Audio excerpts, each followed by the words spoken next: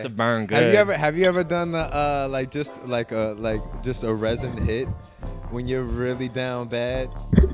Yeah, I mean, are we filming? You just do the scrape or whatever. Yeah. I mean, we'll get started or something. Dude, I want to sit like Indian pose, but I don't want to look like a child. I've had at least 3 people just naturally go Indian style. I was like, oh, you were breastfed, baby. He was raised on the titty milk. Niggas was on timeout and shit. Can you cut the crust off my sandwich? Yeah. I wasn't one of those kids. I like my tortas crunchy. Mike, you straight from the south side. Mike, I'm just so happy to be here right now. Real Rap Podcast.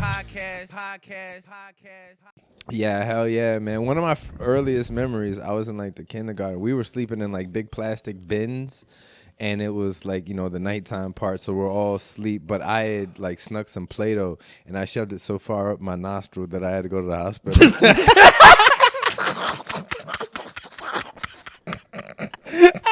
They had to call an ambulance to get me to the motherfucking hospital. You was snorting that Play-Doh. Yeah. I don't know why nobody didn't just push this out of my head so it could come out my hair. Bro, we had my cousin Omar. He was a few years younger than us, but it's like that age gap where you're 9, but he's 5. Yeah. You don't meet up until you're like in the teens again, right? Mm-hmm. This motherfucker, he was bleeding from his nose all day.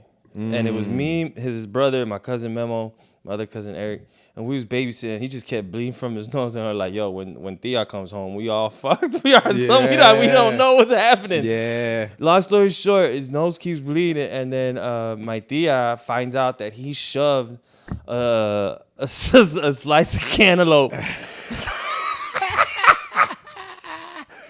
Like the skin on the cantaloupe, the melon, and he just shanked it up his nose. For no reason. He just fucking put it there, and it just became like a faucet of blood. And we were the ones to blame, bro. Yo, of course. I grew up an only child, so anything Military that was broke, too, right? anything that was broke, I had nobody, bro. It was down to Not me. even a dog. I burned my mama's kitchen rug one time and just flipped it over. We all and did. The tag we was all there. did, bro. We Oh, all yeah. burned the carpet, the bro. screen Fuck and the shit. carpet. Fuck the kitchen table. Yo. I got my ass Shot beat. the water gun into the light bulb and it just I didn't do that, dog. I didn't do that. I We got that couldn't. one. Nah. I did the egg. I did the raw egg in the microwave. Okay, I didn't think that. This is before TikTok. Yeah, Before you could watch somebody else. Before it was a trend. Yeah. It was more of a diagnosis. I was less stupid because I didn't watch somebody else do it. Yeah, and you fail. were just creating. I was, yeah. If I ate laundry detergent, it's because I wanted to. You're just in the I wasn't kitchen. influenced. You know like, what I what mean? can I try now? All right, I didn't have a watch. Mom doesn't get home for another 4 hours, and she's going to be tired. I'm going to eat that. I'm going to boil that. I'm going to fuck that. Oh, is that the cat on the high place? Let's see if he lands on his feet every time. Yeah, bro. Little boy shit. Little dumb boy shit. Isn't that the greatest? Just being Little like, dumb boy shit. before you have a care in the world, Not a motherfucker. before you have a curly fry on your hot dog. Well, you're just in underwear running around. Just fucking. What? And bugs are amazing. Bugs are great. You fuck with bugs. Bugs are. You can throw me in the yard like the dog. The whole and world just is leave your me there. oyster, bro. I'm still fascinated to this day. I'm 5.5 years old. I take a grasshopper and throw it in a spider web. Yeah, and watch the spider do the whole. Yeah. I am God now. I felt bad because I was like, "Fuck that, Bro. That grasshopper probably would have lived like a long." Speaking, so my friend Ivan, right? So we're sharing stories when we're in Bulgaria. And Yeah. it's my friend Ivan and his best friend Miro, Miro. And so he's telling us stories because we're like, we grab grasshoppers or we grab worms. And he's like, we would stick geckos on the wall and throw darts at them. And I'm like, wait, hold up. He's like, that's right there on the border. Like we'd put his arms up and then we'd throw darts. And I'm like, say that again. Say that One again. more time? And then he's like, we would throw the cats off the roof. And I'm like, what the This is communist Bulgaria in the 90s. So they had a different sense of sensibilities, I was bro. in Bulgaria, bro. They have armies of full-size dogs Damn. that are loose. Oh yeah, Like they're their running. stray dog population Yeah. looks like the Yeah, Bulgaria's like Mexico back when it was like probably like 2000. Yeah. Like Mexico City, because Mexico City in the 90s, there was dogs. There was like a thing that people were like mad at because they just rounded up the dogs one day. They were just like, and then one day dogs missing. then there's no dogs, bro. There's no dogs, bro. Hey, bro. Have you seen? How are they shocked? People disappear in Mexico all the time. Have you seen that like it's like an Instagram meme or whatever where they have like the old Tom and Jerry, and it's like if you knew then what you know now, and it shows like whichever one the cat Tom Cat, Yeah. like he's going to heaven on an escalator and he makes it to like the pearly gates and he's about to walk through, and then like the next order into heaven is like a potato sack, and when the potato sack opens up, a whole bunch of wet kittens come crawling out. A Looney Tunes cartoon, bro. Looney Tunes cartoons used to be off the chain. Look, didn't I give know a I'm fuck. older than you, but they Not used by to have that. they used to have the Tom and Jerry one with the come up and see me A sometime. bag of kittens, bro. Come up and see me some. Did you ever see that one with the prostitute? No. You know how Tom he used to like fake like there was a door, and then he'd like put his mouth behind it, and just waiting for the. He did it like It's 7 a glory times, hole. and it never. It's yo, a glory full-blown- hole. Look, low key, Ren and Stimpy had nothing on Looney Tunes. Nothing on them, bro. But there was one time he made a fake brothel. Hey, let's go. Entrepreneurship. Yo, they used to sneak Dude, a lot of stuff by the Bugs goalie, Bunny bro. used to cross-dress and kiss Elmer Fudd on the mouth and be like, take Yo. that, bitch. They used to shoot what's his nuts point blank range Yeah, Daffy Duck. They would just shoot his beak with off. the Thanksgiving musket, bro. This crazy part is that like Looney Tunes went like progressive or whatever, and they replaced his the shotgun on Elmer Fudd with a shovel. So he's shoveling. He's beating Every the kid can shit- find a shovel. He's beating the shit out of Daffy Yo. Duck with a shovel, like in Goodfellas, bro. Homer Simpson used to like dog shit strangle Bart, Bro, that's a good idea. They should remake Goodfellas with like Simpsons characters and Oh, Looney hell yeah. Tunes characters, bro. Hell yeah. Hell Looney yeah. Tunes characters. I really want to know like if Oscar Yeah. the Grouch is seeking counseling. Ooh. Live in the You know trash what? can. He's always grumpy. If they made Oscar the Grouch the spokesperson for BetterHelp.com, it would make Oh my millions. god, yo! I don't Millions. look. This is pre-intro, but I might have to put that one in. Yeah. And we're charging a premium. Yeah. Oh my god! Do you remember? Did you ever hear? I wasn't watching anymore, but I think they said Cookie Monster don't even eat cookies. Nope. No more. He's he's on Cookie a Monster diet. go to Subway. No, Cookie Monster. What do you do? He does the number one. Jenny Craig. he does the points. He's He on a does paleo the- diet. he Right? does Cookie Monster. Cookie Monster chart said 3 points for Cookie. What's the one? Is the Cookie Monster's pescatarian now? I can see that motherfucker going Muslim. Yo, Ramadan. I can see. Oh my god. I pray to Allah. Cookie Monster, why you so thin? I haven't eaten since the sun came up. Son, no good. Oh my god. Yeah, dude, fucking Cookie Monster on a diet. You know, Yeah. Snuffleupagus is off the smack. Snuffleupagus went to law school. Snuffleupagus got off the Percocets and went to motherfucking. He worked the counter at CVS. Yo. You know, Big Bird, he went semi-pro. Yeah. He went semi-pro. Big Bird got a low key eating disorder, man. Yeah. He had a thyroid issue. he was mad gutted. He was mad gutted. Skinny neck, big gut, skinny legs. You got a heart condition, my G. Big Bird eat egg and chorizo burritos and hates himself. Oh man, I never fucked with Big Bird. I liked the guy that can fly, the blue one. What's his name? What's Which his one name? was that? He had like a pink nose. The Toucan Sam from the No, cereal box? from the Muppets. Man, I forget this dude's name. I like Gonzo. Gonzo was off the rail. Gonzo was I was more like of a a G. Muppet Show guy because I like the two old dudes in the balcony that used to just shit on everybody. Yeah. Nah, man. I fucked with the Muppets, the Looney Tunes. You know, Animaniacs was where it was at. Yeah. Animaniacs, that shit was crazy. Animaniacs was off the chain, man. They went a little left too, cause they had that one little rich girl in there that used to just squeeze everything to death. Yeah, that's that. If I was like the Mickey Mouse guy, I'd be mad as shit. Somebody just made Mickey Mouse with longer ears and jacked my whole style. I would have shot that motherfucker up. Hell this was yeah. the 20s, baby. We could. But when Ren and Stimpy came out, man, that bro. might have changed my life. Ren and Stimpy, Log. Remember Log? What goes What? downstairs, Yeah. runs over their chairs, runs over the neighbor's dog. It's great for a snack. If it's on your Snack. back, it's Log, log. log. It's log. Big as heavy as wood. It's big as heavy as wood. Somebody got paid so much It's money. big, it's heavy, it's wood. Remember, Write it. Powdered toast, man. Yeah. This nigga used to fly backwards in a leotard. He would fart. He would fart into the. He would fart into the milk. Yo, before he people fly. would just look in the camera and fart and smile Yeah. and then walk out the scene. I like the horse. Nope, I don't like it. Nope, no sir. No, I sir. don't like it. I don't like it. Low key, I still do that every now and then. No, sir. No sir. I don't like it. I don't like it.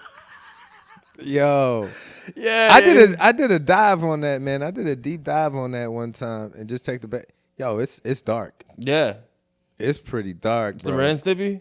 Yeah. Like that guy that made it, like he made it like a big middle finger. They were like, we need a cartoon and don't do this and don't do that. And he was like, oh, word? Yeah. Canadians, man. Oh, I'm starting to shit. figure it out. Oh shit. We're blocking off the wrong border. Ah! Canada's really low key. We'll take it. They're funny. We'll take Yeah, it. They're funny. yeah, Jim yeah. Carrey, Michael Myers, that whole Deadpool. contingent.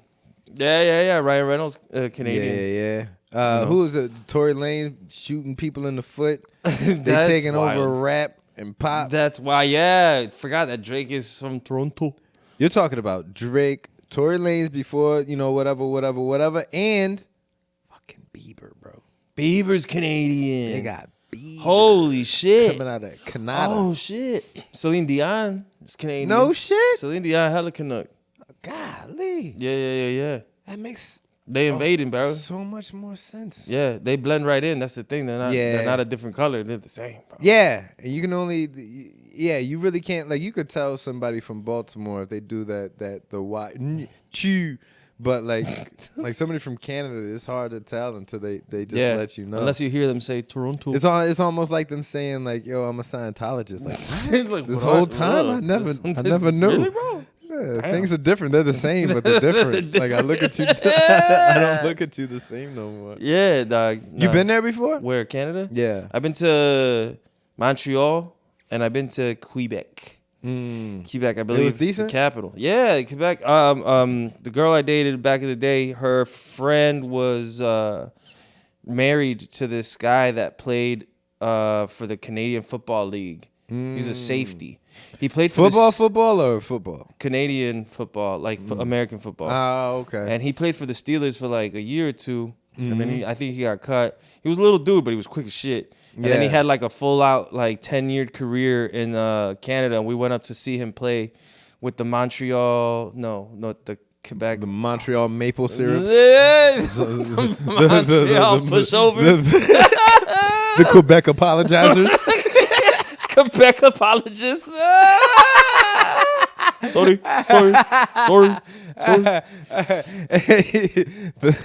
Yeah. They were called like the Argonauts or something Yeah. wild. But anyways, we hung out. So I went there to the Capitol and it was sweet. There's like the French side and then like the Capitol where all the buildings and stuff are. Yeah. But it was cool, man. There was these mountains and shit. And then Montreal, I was there for a swim meet when I was a teenager. It was a big international thing. And I went and I swam in their Olympic pool. I had a really good time there. And there's this like thing for the Olympics that they built this elevator on the outside of this tower. You could take up and see like all of Montreal. Were you a wild boy back then? Like, what was the off the radar scene in Canada like? I wasn't a wild boy because I went there in a relationship and then like for swimming. And you were so athlete touristing at the time, so yeah. I was mostly touristing. The only time we went out with my girl and her friend and the guy. And it was just pretty low chill. You know, there were some football players there with some guy that was a Bears quarterback back in the day. It was like nice. It was a nice hang. Yeah. We weren't partying, you know, couple shit. It's blowing my mind that, you know, like the drill scene like started spreading out everywhere, like different countries and whatnot. And then you see like videos of like a gang in England that's running around with pocket knives. I can't respect them. Bro. I can't respect. It was like if I'm in England and I see a gang of youths, yeah, with fucking switchblades and like kerchiefs, like the bad music video, they're holding both ends. I take. Yeah. You got to take out like 2 bags. It would suck, but it's not the same. Like 2 bags of tea. Yeah. And just like Bruce Lee that shit like nunchucks. Yeah. Nah, hell nah, man. Like, you want to fight? Let's go. Yo, They're ruthless out there. If I got to run away from somebody with a butterfly knife. I would hate to be stabbed. What you say? I would hate to be stabbed. Shoot me. Shoot me. Shoot me, because I got to look at you in the eye. Oh. I got to be like, what the fuck? And you're going to like say shit to me? Yeah, you got to be like if you shoot me, you run away. You like that? Like, yeah. Like, you made a loud sound. Get out of here. Like, if you stab somebody, you're like, I'm inside you. No. I would hate to be stabbed. I would hate it. They need guns. Give them guns. Give the bad guys guns. Give the good guys guns and let them have at it. Like getting like a paper cut. It's the same as like when you bong your big toe on the corner of the. Yeah. Like it takes like 4.5 seconds. But it's the longest, shortest amount of time. No. Because it's long enough for your brain to calculate, like, yeah, this is gonna be a bad one, bro. Once you this feel is it, all right. You ready? All right. I'm not ready, but here we go. It's like seeing the lightning and then hearing it, like 5 seconds later. 1,000, 2, 1,000. Yeah. I have to breathe hard and heavy. I gotta go. and then you're mad. Yeah. You're mad for like 3 hours. Yeah. Like the At next who? person that comes, Anyone. nobody directed at you. Anyone. And that's how girlfriends are constantly. That's a woman. They stub their toe. They got stub their toe energy all day. Do women even stub their toe that much? I feel like it's a dude. It's mostly dudes. Anything. Have you ever seen a woman with like a scrape on her forehead? Not that much. Never once. Never once. I know these Never bitches don't once, fall, bro. dude. Yeah. I was born in the 80s, and I'm likely to have like an abrasion on my body. Yeah, of all sorts. This month. Yeah. You know what I mean? Yeah. And I don't even do nothing reckless. I got this joke about how I like being a dude. I like doing dude things. You know, like I have to fight the urge every time I see an exit sign. Yeah. To run, jump, and touch it. Oh. And I'm like, I've never seen a woman. Yeah. Like, I've never seen a woman in a group of friends look at an exit sign and be like, watch this. It comes from nowhere. Like, we just need to do shit. I have no answer for it. Yeah. It's if like, I'm ever in a hallway with multiple doors, it takes everything in my grown, mature, tax-paying body not to knock on the closest door and then just run. Yeah. Dumb shit.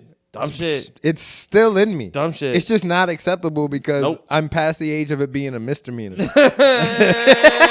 Like I'm going to jail. It's a problem. Yeah. Like the cops will lock me up just because of like, wait, how old are you? Yeah. For real, bro? But I have a problem telling the waitress that I don't like my eggs. I can't. I can't. Women can do that, but I don't know. 12 feet tall, 600 pounds, the mountain from Game of Thrones. Every woman is when it comes to like authority figures in their face. Yeah.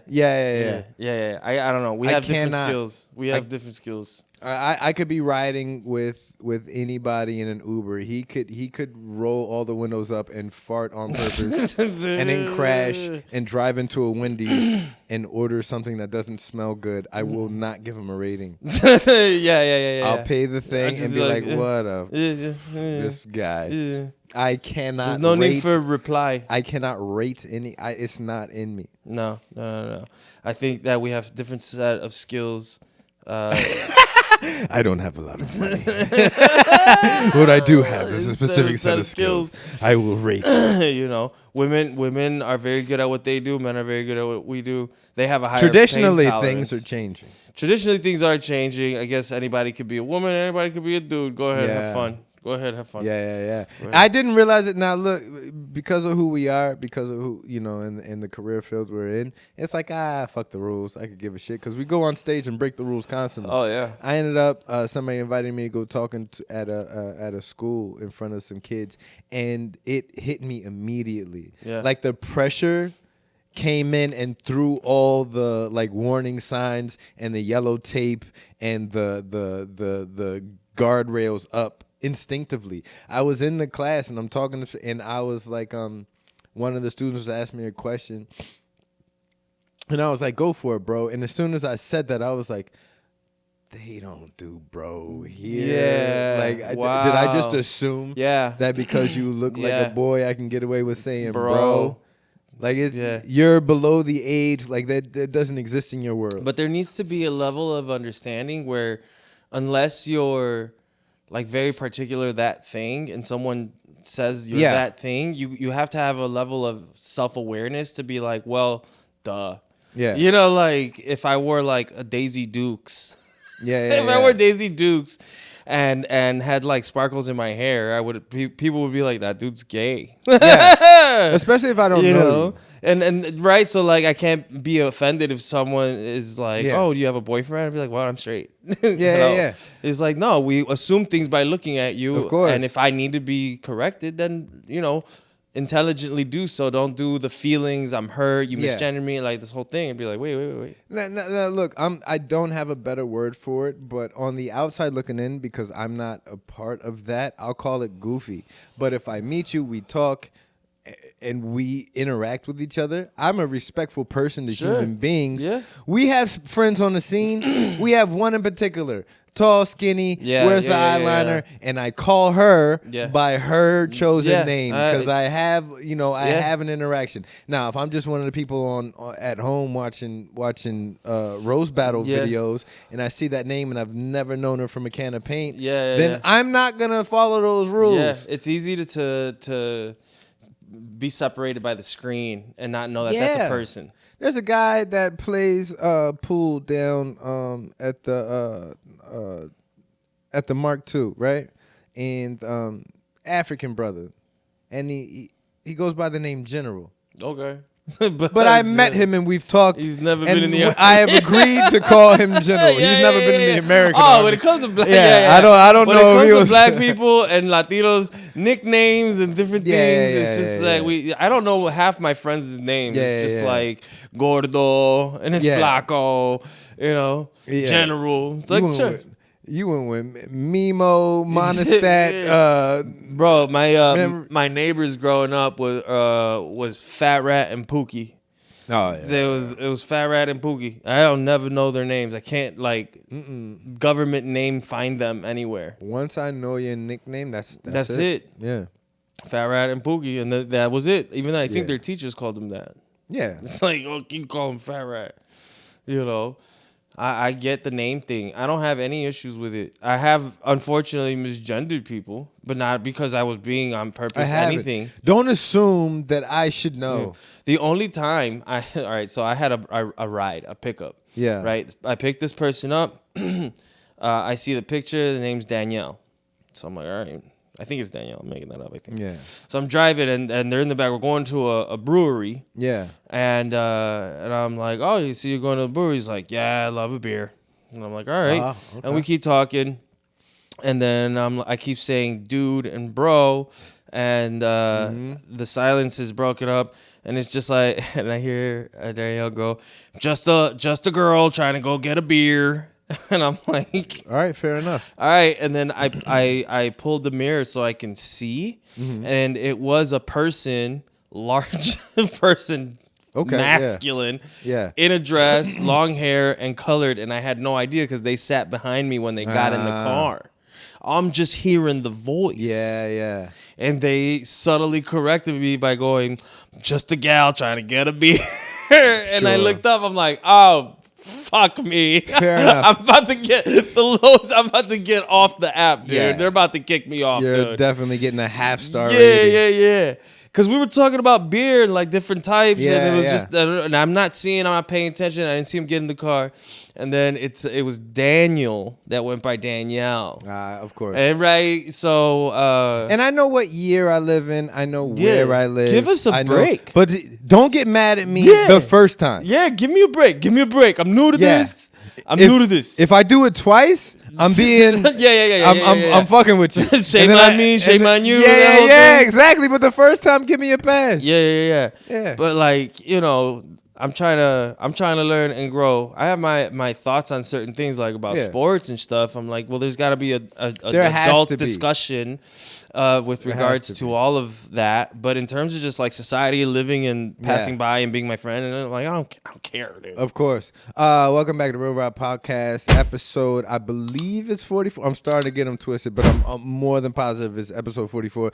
This is my good friend, Tito, Jorda Sid. If you want his backstory and origin, go check out one of the older episodes. Other than that, we're going to get right back into our conversation. But no, that one is kind of, because that one's not on a respect level of treat me, identify me as the way I want to be identified. Yeah. And I think this is testy waters. Yeah. You know, because but that's a tough one. I just don't.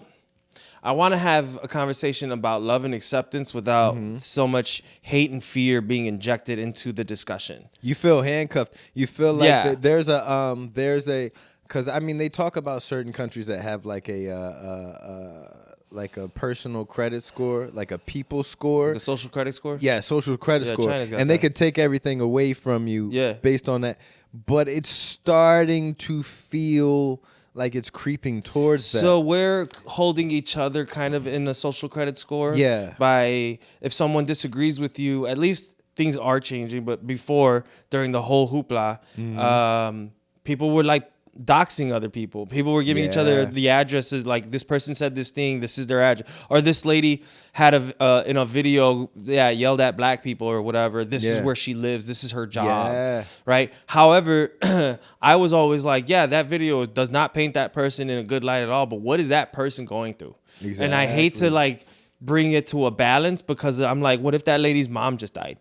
You know what I'm saying? And you have 3 kids you can't feed, and all of a sudden there's like a discussion and you say the most fucked up thing you can say because you're hurting.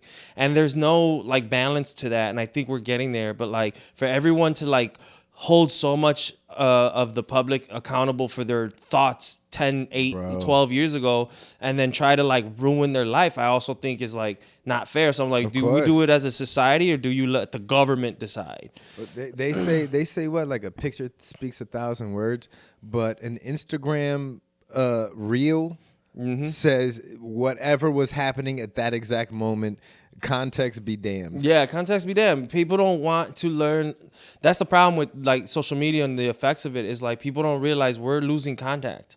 We're losing face to face. Yeah. Like we speak a language these kids don't, because we had to be face to face. We were analog before digital. We grew up in that, where you had to learn face cues, social structure, pecking orders, who's strong, weaknesses, strengths. What's a real offense, bro? Yeah. I mean, I had gotten in so many fucking fights in the playground for fun. It's like, yo, this dude said this thing about your mom. I'm fucking him up after school for no reason. Now these kids want to kumbaya it, but then they get into the real world and they're socially inept because they don't know how to work the system. They don't know how to like work in like when you work in an office, you got to learn to balance your shit out with other people. You can't just go in there like hard-headed and this is the way I am and I can't change because like my boundaries are this. And he's like, no, you got to work with motherfuckers. You got to the like sensitivity level is at an unprecedented all-time high. But I don't want to. I'm starting to try my best to get away from the poo-poo the younger generation, because that's a No, natural. I poo-poo them. I poo-poo I them. do poo-poo them. I'm trying not to, because every generation does that. Yeah. And they're literally gonna take care of us when we're in diapers. And No, they're not. to give them probably Venezuelans not. and They're gonna robots are. figure some Venezuelans and robots and will be Jamaicans wiping my ass certainly. when I'm like 80. Oh my god. Jasmine Tutu is gonna be fucking doing the spoon on the corner of my mouth. Yeah. But I will give this what they've grown up with, what's been handed to them from zero. Sorry. And I can't really blame them, Yeah. because my generation is the one that's raising them. Yeah. My generation is the one that's they're going through jewels. Yeah. And there's a 2.5-year-old in the grocery cart fucking playing with last year's phone. Mm-hmm. Yeah. Just zoned out. Yeah, they're zombied out.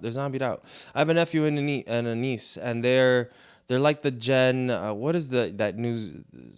The younger generation. I don't know what they're called. Gen Z? Gen okay. Z, let's call it Gen Z. And they're like, what, 18, 19 now, going to college, senior year, high school. And they went through the whole digital age. And my brother went through a real crazy part of his life, and his wife and him. And it's like, he was working all the time. She was aloof, like emotionally. And these kids just gravitated towards their phones. And I shit you not, their attention is dog shit. Even from weddings to funerals, these kids, if you're not talking to them, if you're not engaging them, their head is not up. Their head's not up, taking in the environment, taking in all of the things that are happening. They're not taking advantage of like meeting some uncle they haven't met in a while, or like talking to a cousin that maybe flew in from Florida. They don't do none of that. Bro. They just live off the phone, and it's something I've had to train my family, because they get mad. And I'm like, you let them be that. And now don't be mad that they are that. You would just have to gently like persuade them to be engaging. Well, something I've had to train myself is to not rob they little ass. When I'm on the street and I see somebody that has noise canceling, zero outside sound, Bose, fucking movie theater level sound systems on their ears, so now you can't hear. Yeah. You never bother to learn the roads, so you're looking at the map. But in the little picture inside the picture at the top, you're watching a video. Yeah. You're completely tuned out of the world that we're living in. Yeah. And I'm just watching like, I'm just going to rob you, dog. I don't even have to have a weapon. I can just push you over. I'm just going to take everything. You forgot how to run a long time ago. Oh, wait till the goggle headset shit becomes cheaper, and we all are fucking engaged in this virtual 3D fucking universe where like we'll be sitting here, but I'll have my Instagram open right here. Yeah. And so me and you could be talking, but I'm also scrolling, bro. What the fuck? But that's what I'm giving them. What I'm giving them is I didn't grow up with that. Yeah. And that is a motor scooter. Yeah. To day zero. You got all of this stuff that I watched happen, and like kind of, I still already have my analog. It's baked in the bread. Mm-hmm. And then, I picked up digital on the way because I watched it happen from a young adult age, teenage age. Yep. But to grow up, and then look, I'm not trying to be weird about it, but I remember being a kid. Yes, I do too. And I remember being in early grade school, and we were doing some off the chain weird shit back then. With no extra assistance, no guidebooks, no how-tos, nothing. You just, hey, somebody knows something, saw something, heard something. We talk about it. We try things. We do goofy stuff. We do weird stuff. And I'm not going to go any further when I'm talking about this particular subject. Penis. A lot of things involving your penis. When it comes to... But for me, my personal life, I remember just getting into weird kid shit from a super young age. And the fact that they have phones now, man, is insanity what they have access to. My cousin, he lives in Colorado now. He started in California. And he's got, 3 or 4 kids. He's got 4 kids, 3 with his wife. And I actually was impressed with him because he's lucky enough where my tia, his mom lives with him. And she's just like retired. So she helps raise the kids. But he had one television in the living room and one tablet. And it was 3 kids. And they each got like a half hour or an hour a day of screen time. Okay. But they had to pick tablet, television. And they had to team up if they wanted to combine their hours, if they wanted to watch like a series of cartoon episodes or whatever. But he was like, they had to play outside. They had a bunch of games. Yeah. A bunch of games and a pool and a hoop and stuff in the front. And my tia, his mom, would make the food, but she would be the vigilant one for the screens. And now in Colorado, they go for walks and hikes, and they're older now, but they're super well-adjusted kids. Yeah. You know, and I think you have to be lucky enough to have someone at the home. That's an expensive thing. That's expensive. And you have to be on top of this shit because now my friends who are not as lucky, if their kid's making a noise, they just hand the fucking thing over. Yeah. They're just like, here, stop, here, entertain yourself. Don't cry it out. Don't feel it. Don't feel it is a fucked up thing to teach an entire generation. Yeah. Don't feel it. What's it? It's all of it. All of it. Being disconnected, being bullied, being made fun of, not coming in first place, whatever it is. But they're gonna be disconnected and then plugged in, which is weird. You know what I'm saying? I have no choice, but I'm looking forward to seeing that this, younger generation mature. The ones that grew up purely with it, like the 2000 babies. Yeah. That's going to be interesting to watch them hit 30, 40 years old and what that... Because there will be a maturing process. There will be. I think there's going to be a backlash. I think there's going to be like, you know how we like going to like thrift stores. Yeah. And picking up older shit. There might be like a hipster version of these kids where they go to interact. And that's hipster for them. That's like... The anti-kids of this generation are going to be... The unplugs are going to run shit. Yeah. I haven't had a kid. I would like to one day, right? But my thinking would always be like, I don't really want like TVs in the crib. Yeah. Like I don't want a TV kid. And I don't know how that would go about. Maybe a living room TV, but that's it. But I think there's something to it where you make the kid either read or entertain themselves or go out and do shit. Like go out and do shit. That would. So if you start raising an unplugged, that's noble, right? But then you got to fight against when I was going to school and Crisscross had everybody wearing their shit backwards, 17 size too big pants backwards and jerseys back. And Looney Tunes, and my mom was like, no. Yeah. No. And then you go to school and you get ridiculed. Yeah. Like I used to get put in like Payless shoes. Bro, Hakeem Olajuwon came out. So my dad so this is back in like mid 90s, right? Yeah. You got Jordan, you got Shaq, yeah, and you got Hakeem. Yeah. And so they all have these shoes, right? Yeah. The only thing is that Shaq's shoes were ugly. I don't care if like those black and white. They weren't the kamikazes. The ones with kamikazes was Sean Kemp. But you're talking about the ones with all the circles on them, the spirals. Come on. Yeah, gross. Those were horrendous. Gross. And but Jordan kept coming out. He got these black and red ones or whatever. They were fire. Yeah. But like Hakeem, because he was African and he was just poor by culture. Yeah, sandals with the air He put pump. out these shoes at Payless with a big 34 on the side. And my dad, oh my God, my dad bought me those. Yeah. And I go to school. Oh, fuck, is pulling me back there. Yeah. You go back to school. And I got 34s and fucking Luis Gonzalez. I remember my guy. As soon as you're done with your story, I have the exact same story, and I remember his first and last name. He's like. Those Hakeems, bro, them fucking Payless shoes. This motherfucker rocking Payless shoes. Yeah. And it got everyone like, and I'm like, I'm there right now. I'm there. No, I'm there. You put me there. Delmar Faison. First day of 7th grade. Fuck that guy. Back of the bus. Oh, fuck Delmar. He had some all black Nike Forces. It was the one that had like the big triangle on the top with it said like flight or force in like cursive letters on them. Crispy. Day one of school. I got on a pair of the all these Charles Barkley from Payless, yo. And he hit me. He was literally the first person in recorded history to go, what are those? Yeah. What are those? And I mean, it was a cooking session. I fought for my life. Yeah. But you ever seen like the movies where like the little guy punches the big bad guy and he goes, oh, you drew blood. That's nice.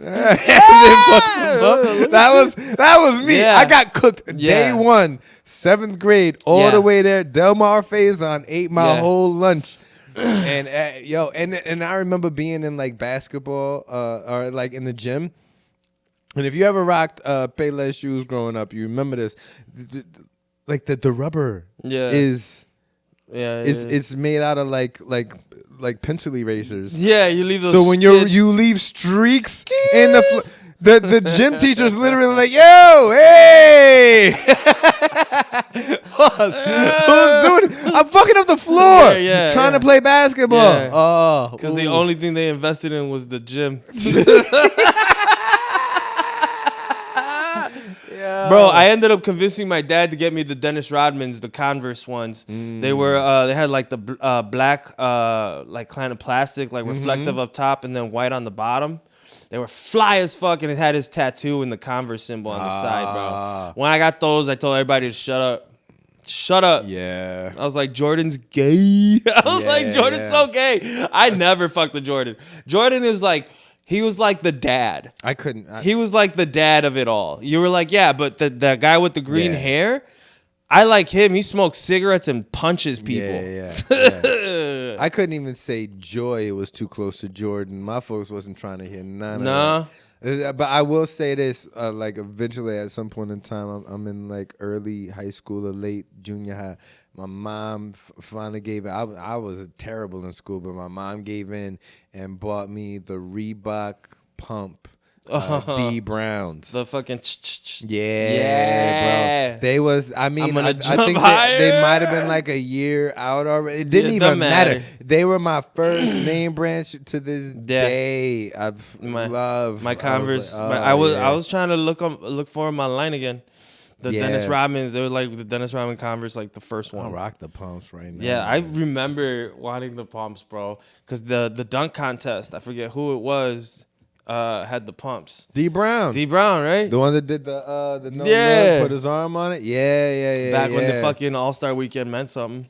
And there was just always that one kid that had like, how did you get? How do you have these and those and that? Yeah. Because their parents are fucking stupid. Because their parents didn't say no, bro. That's the problem, is that now these kids don't like the word no. And that's a problem, because then they go to college where there's a reinforcement of a societal no. You can say no to your boss. You can say no to your family. You can say no. You break down these like pre-made structures, and they're taught that like their individualness is more important than the working with the whole in society. Yeah. With the pecking order, listen, life ain't good. Life is hard. Life is we in the States because we like people died and this is a pretty cool place. But life is not fucking easy. No. And you can't go about it protecting your feelings at like this much level when you have to like get shit done. I mean, we're living in some of the craziest times ever, bro. Like, didn't it take them a few thousand years to build the pyramids? Life probably didn't change all that much, unless the aliens did it in a weekend and whatever you believe. Fucking love pyramids, dude. I fucking love straight up the pyramids. But it took them like a few thousand years to make them. I don't think so. You think it's the aliens? No. I think it's vibration. I think it's sound and light. Like one of the X-Men? Yeah, kind of. So there's video footage. Not anymore, but there was video footage of this English archaeologist or whatever that went to live in Tibet with these monks. And they have this cave that's like 100 meters up, so like 130 feet. And there's a cave, and inside that cave is a hole, and inside that hole is a temple. And you're like, how the fuck? Yeah. How the fuck? So he said in his journal, very detailed journal, PhD guy, he knows how to write, and it's 1900s. You have to write everything, right? So he says that he saw them put, there was a stone below the cave at like a certain angle, and they put 13 trumpets around, and then they had these drums. And then all these monks got together, and they started drumming and like blowing these horns, and at first there was nothing. At first, there was nothing. But after about 5 minutes, this stone flew. It flew from the ground 130, 140 feet up into the cave where there was other monks that grabbed it and then like moved it inside. What? And the guy said he filmed it. So he filmed it and he wrote and he drew everything out. Shit. He drew everything out. And he's like, I shit you not, these Tibetan monks are using sound and moving a rock, because if I have a frequency that matches this table, because this table has a frequency, vibrations, you can just push it. You can just fucking push, or it'll just jump if it hits a certain point. It's physics and it's sound. And so, anyways, my thinking is they had some sort of sound making mechanism, because everything in the pyramids is tuned. All the rocks that they've used, it's like impossible dynamics on that. It's the science is out of this world. So like, there's this water thing underneath the pyramid, and if the water hits the base of it by the material that it's made out of, every single piece like hits the vibration that it needs to hit, and it would go all the way to the peak. And that peak would then vibrate. It was made out of gold, and then that energy would be dispersed. So the pyramid, the Great Pyramid of Giza, isn't a fucking corpse, like made to hold a corpse. It is a power generator. That's fucking wow. Yeah. I'll tell you what, if I ever go to a Notre Dame halftime show and I get busted in the head with a rock because there's a trumpet solo, I'll die. I'll die on the goddamn spot. Yeah, no. So my thinking wasn't aliens, it was humans, but they humans that knew, because humans before processed foods and processed everything, you had to live off the land, and the land was telling you what it needed, and there was a symbiosis. There was a balance between the cultures, all the ancient indigenous cultures, from even Europe to Asia and stuff. The herbs in Asia, the medicine in the Aztecs and the South. You know, like humans figured shit out without technology. Yeah, and the Teotihuacan ones, those are fucking crazy. But what I'm just saying in this point is just that we don't know what they knew, and I think they were more in tune with the elements of around them, because we're separated. If it's cold outside, we turn on a fucking thing and it's hot inside. And, you know, like, we think that's the advanced version of this. You know, not that we could have running water that'll go through a particular type of mud that'll make the whole house warm at night. That just cycles itself throughout the entire village or town. You know, like a whole different thinking for the same solution. Them older, like the way back people that was living, like when it was hard to get caught for shit. Must have been wild. I mean, people are fucking crazy. You would trade, right? They would have the Silk Road from China to Europe. And you would have to hire an army to take rugs across the fucking thing, because there was just dudes like us who would just bored, would just have nothing. Bored. I don't have a PlayStation. I have nothing. The comedy hasn't been invented yet. I'm gonna let's go kill some people. Let's go just fucking take their shit. Yeah, what do you want to do? I don't know. Just get some knives. Kill some people. Just pillage, bro. What's pillage? I don't know, but let's do it. Well, you think I got this big ass sword for cutting bread, bro? Let's go get some money. People were wild, bro. Like, we had to figure out civilization, and they're still wild. Like, I would have took one look at an abacus and been like, nah, I'm dropping out. Nah, bro. The math behind all of it. The math. Because math is the universe, is the language of the universe. And we think we're like advanced in technology, and we are to a certain degree, but our understanding of math is only catching up now. Like, you know how bored you gotta be to be just laying down on your back and look up at the sky and go, Yeah, it looks like a dude with a horse, half dude body, Yeah. shooting a bow and arrow. Yeah. All right, Yeah, cool. Yeah. Cool. That's what that is. Yeah, and then they just fucking kept giving things stories. It's like, what's that guy's name? Hermes? Yeah, Okay, yeah. cool. All right, Yeah. What does he do? Yeah. He's like a god or something. He's like a dude. He comes every fucking 12 months. Yeah, he probably like ate his own kids. Yeah. Something like that. Yeah, you know? he was born, but he was cut out of his Yeah. mom's thigh. You're Yeah, like, wait, yeah, what? yeah. What? Yeah. He's like chained up somewhere. And, Yeah. Some big bird is just We should have eating him every day. never. We should have never let the Greek gods go, bro, because I think they had like I used to love those stories. The Man. Those fucking stories are wild, bro. wild. Off Just, the chain. yeah, those stories, like man. Hades, all the darker fucking gods. They keep doing these bogus ass. The first like 2.5 seasons of Game of Thrones off the chain. It started getting a little wonky. They could do if they did a Game of Thrones to like the Greek make Zeus like a regular dude and HBO that shit.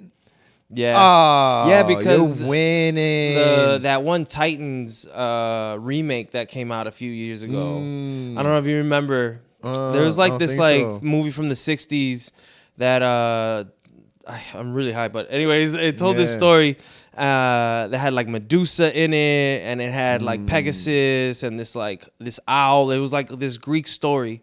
And then there was like a remake movie of it a few years ago. There was a remake. Oh, back in the day. Yeah. It was like Odysseus or the Odyssey or something. Yeah. And so they remade it into like a 2-hour like CG fuckfest. Yeah, I don't like that no more. And it was terrible, but like that story is a series. If they properly invested into the Odyssey, yeah, bro, and really like don't do the CGI thing. Add some fucking like animatronic-y, like get real with it and really tell a compelling fucking story, and then be like, these are your new gods now. Like that Achilles movie was real mid. I'm a Brad Pitt fan, but that movie was kind of meh. But if you have a six-season show and Achilles is just a character, and I know one day he's gonna die, but still, like, I'm like, oh fuck it, what's Achilles gonna do now? This motherfucker's a ninja, bro. Oh, they're pulling out the wood horse. Oh, season finale. It makes sense because the taking over of Troy wasn't in a fucking day or a month. That was like a 7-year siege. That means those soldiers were playing it outside for like 7 years, and every few months they would just come. How mad are those dicks in the fucking castle? Nobody wanted to invent binoculars, bro. Nobody wanted to invent binoculars. Hey, you remember all them trees that used to be over there, Phil? What happened to them? Yo, all the wood's gone, bro. Yeah. Hey, bro, there's a horse at the door. For real? Yeah. What? Let it in. Let it in, bro. Oh, that Dumb and Dumber. Yeah. Bring it up. Yeah. No. It's Jesus Christ. I like the Greek shit. I like it. I don't know why Rome and Greece did the exact same shit and then changed names. 3 names. Names. Like nobody was gonna notice. Yeah. Who was that? Who was that little joke thief? The man. Aren't those places like really close? Yeah. And some dude just went. Look, I got this fucking idea, bro. I mean, they fucking loved their gods crazy hard. Yeah. Like they were super fucking like the temples, and then inside the temple was like a 30-foot golden. You know they're coming out with a Gladiator sequel. Yeah, Russell Crowe's not in it. I heard him talking about. Well, he's dead from the first. Well, he's dead, but they said it's like the next one, afterwards or whatever. You know that shit's kind of a semi-true story though.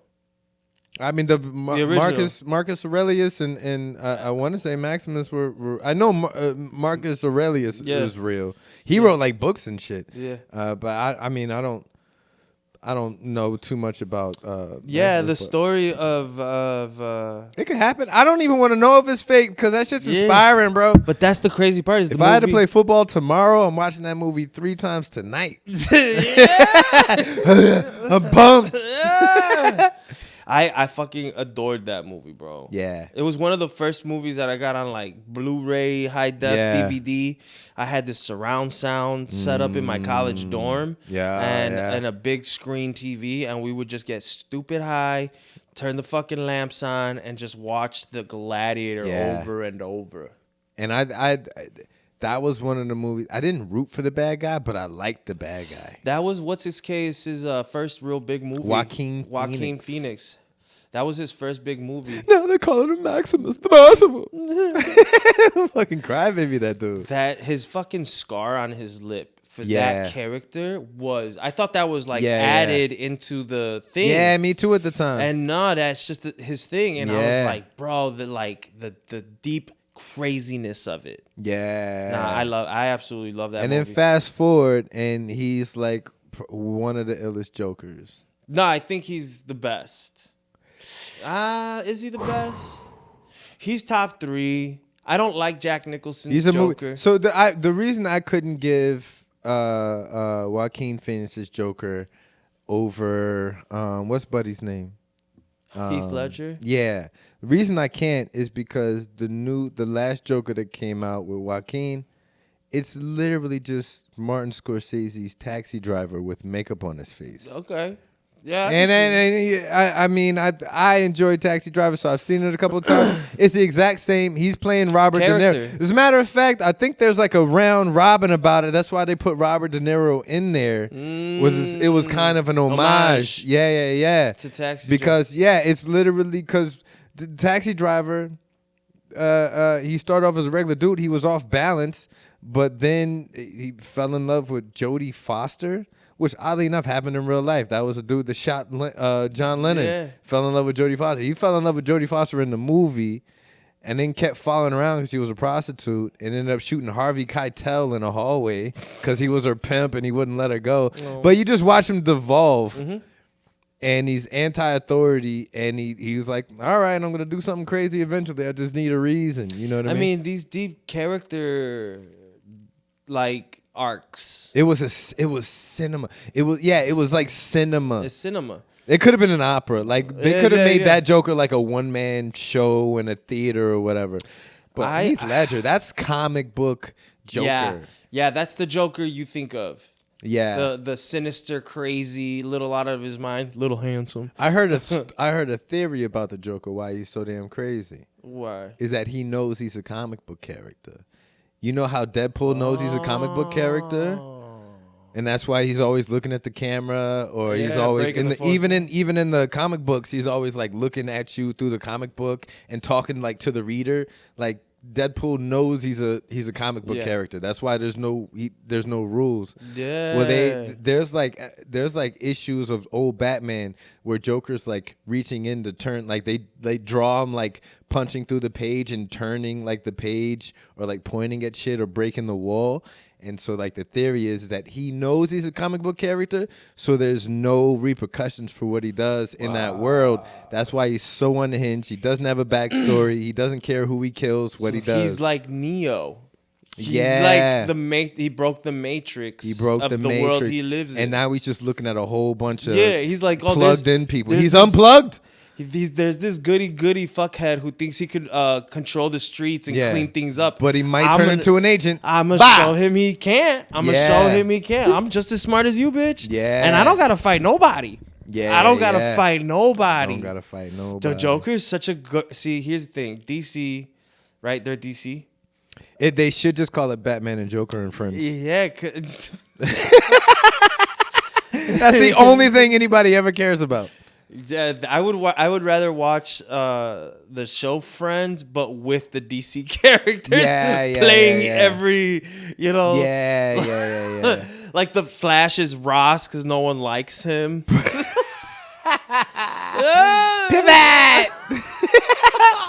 Yeah. You know who's buddy that just passed away? Whose buddy just? Oh, Chandler. That's Aquaman. That's Aquaman. Yeah. Poison Ivy is the Jennifer Aniston. I feel like she's the hottest one. Yeah, for sure. And then Catwoman's buddy's sister. Yeah. And then Phoebe. Ooh, Phoebe. Oh, she's Harley. Bad, Yeah. quirky. I'm Yeah. I'm a quirky white girl. Yeah. Yeah. You know, but Superhero movies are not hitting on. No. Not hitting on nothing. No, lately, my boy. Nah, because they shot themselves in the foot after let's just call it what it is. Once they went super female replacing male characters. Yeah. Which listen, I'm for inclusion, right? I'm for inclusion. But they're telling bad stories with it. You're exactly right. It's not about women in roles. Nope. It's about bad stories, and then the women have to try and shoulder dog shit. Yep. And it makes it triple worse. Because I'll tell you what, I'm a big fan of Ridley Scott, and when he came out with Aliens 1, 2, all the Aliens, they start to but Aliens 2 in particular, when Sigourney Weaver was running around. Yo, I was like, that's a fucking boss. That's a bitch. When That's a Sarah bad bitch. Connor is running around, chalking up. bitch, I believe in you. Yeah. I don't want anybody else in that story. I want Sarah Connor to hold me down, bro. If a computer robot from the future is coming trying to kill me, give me Sarah Connor. Yeah. And if you got time, give me Arnold and shit. But this motherfucker's a loser. That's the thing is like you see the problem is give me a good story. Give me a good story. Like I don't mind replacing Luke Skywalker with Rey, right, in the Star Wars. I don't mind it, but there's no struggle for her. That was the problem. Is you can't just hand the keys to the escalator or the Batmobile on day one and be like, you're ready. Yeah. Because then the audience doesn't go through with anything, and then they just see you win, and that's played the fuck out. They expect you to. And look, I know a majority of this stuff is made for people younger than me. Sure. But I remember there was a time when I was young enough and I watched the old Ninja Turtles, or I watched the old like Power Rangers or whatever was on, and it was magical. The first time I saw the Transformers cartoon movie, they killed Optimus Prime. Oh, there's no rules. The stakes are high. We might not make it. Yeah. There's a whole planet that turned into a goddamn a Decepticon. What? Yeah. Oh, it's off the chain. No rules. Like they killed Starscream. They blew up Megatron. Like yo, and this is for kids, children, bro. But the writing was, they had Leonard Nimoy playing fucking Megatron. Like they put effort, love into the soul. I mean, just look at the Mario movie, right? Mario movie was exactly what you wanted a Mario movie to be. Princess was in it. Was she like a boss girl? No, she was a confident character who helped out to finally defeat the thing, and it's like fine, but like they didn't make her the star. And I'm too old for Toy Story, but I'll watch it because they put love into it. They do, but so that's what happened with, I think, superhero and just like in general, like some entertainment. Like, listen, I'm okay. I disbelief, I understand, but when you have like a scrawny 120-pound gal taking on 5 like trained warriors from the other side, you're like, well, they could just gang up on her. Oh, but she has a superpower, and be like, yeah, but there's still 5 of them. Yeah, it's like there's still 5 of them. Who's the white chick from like South Africa? She's been in a lot of shit. Charlize Theron. She did. They're doing her own Mad Max.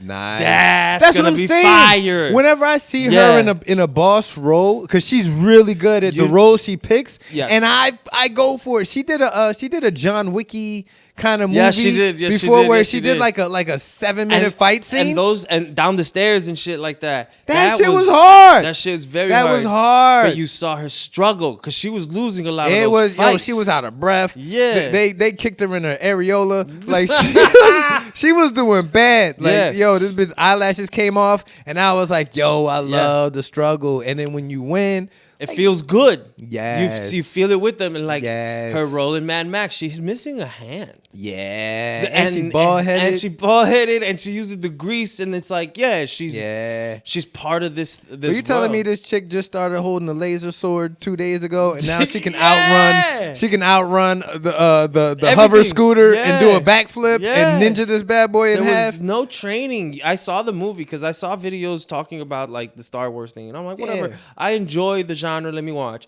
I watched it. I was like, yeah, it wasn't a bad movie, but I see what they're saying, and I was like, I feel nothing at the end of this. Mark Hamill had to get his ass kicked a few times. Got pushed over. They done killed his folks. He went to the swamp. He trained lost. with Yoda. Yo, he was doing flips with this old little green little person on his back. That motherfucker had to pick up heavy shit from the swamp water and shit like that. This is so funny. My favorite montage of a dude getting ready for battle is that movie Zorro with Antonio Banderas. Which is dope, by the way. It's a great movie. It's a great movie. I fuck with Antonio Banderas. Period. Personally. But for some reason, I watched it at the right age, at the right time. Yeah. And he's older. He gave up Zorro, but now he's coming back.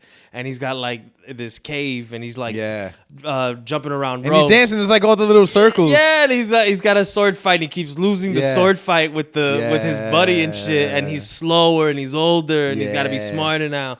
And I'm like, that's what you want. You want to see the montage, the Rocky working out thing. You need to see them lose. And listen, I love the ladies. When Carl Weathers, shout out Carl Weathers, rest in peace. Carl Weathers. But when fucking Carl Weathers is trying to show him how to do the Harlem Shake and box at the same time. Like, come on, Rock. There is no tomorrow. There is no tomorrow. Yeah, man. That shit just hits you in the thing. Listen, good montage. But like Jennifer Gardner had what's that boxing movie she was in that won the Oscar? $1 Million Baby. $1 Million Baby was a fantastic. I haven't seen that one. That yet. was a fantastic character story of this girl who deals with life through the boxing ring and just is great.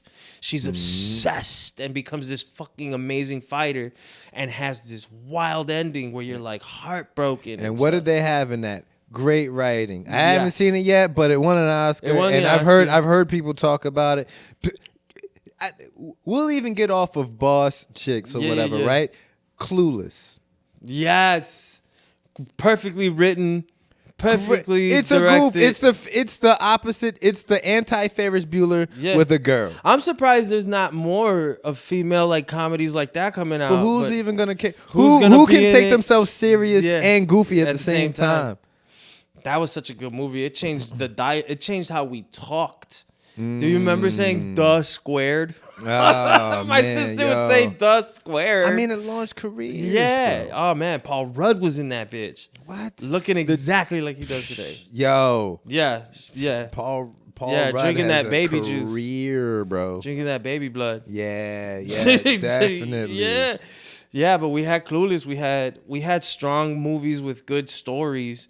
And today they're just pumping them out. The machine just wants its money. Bro, just about every single scary movie that came out between the years 1982 and 1999 were all woman.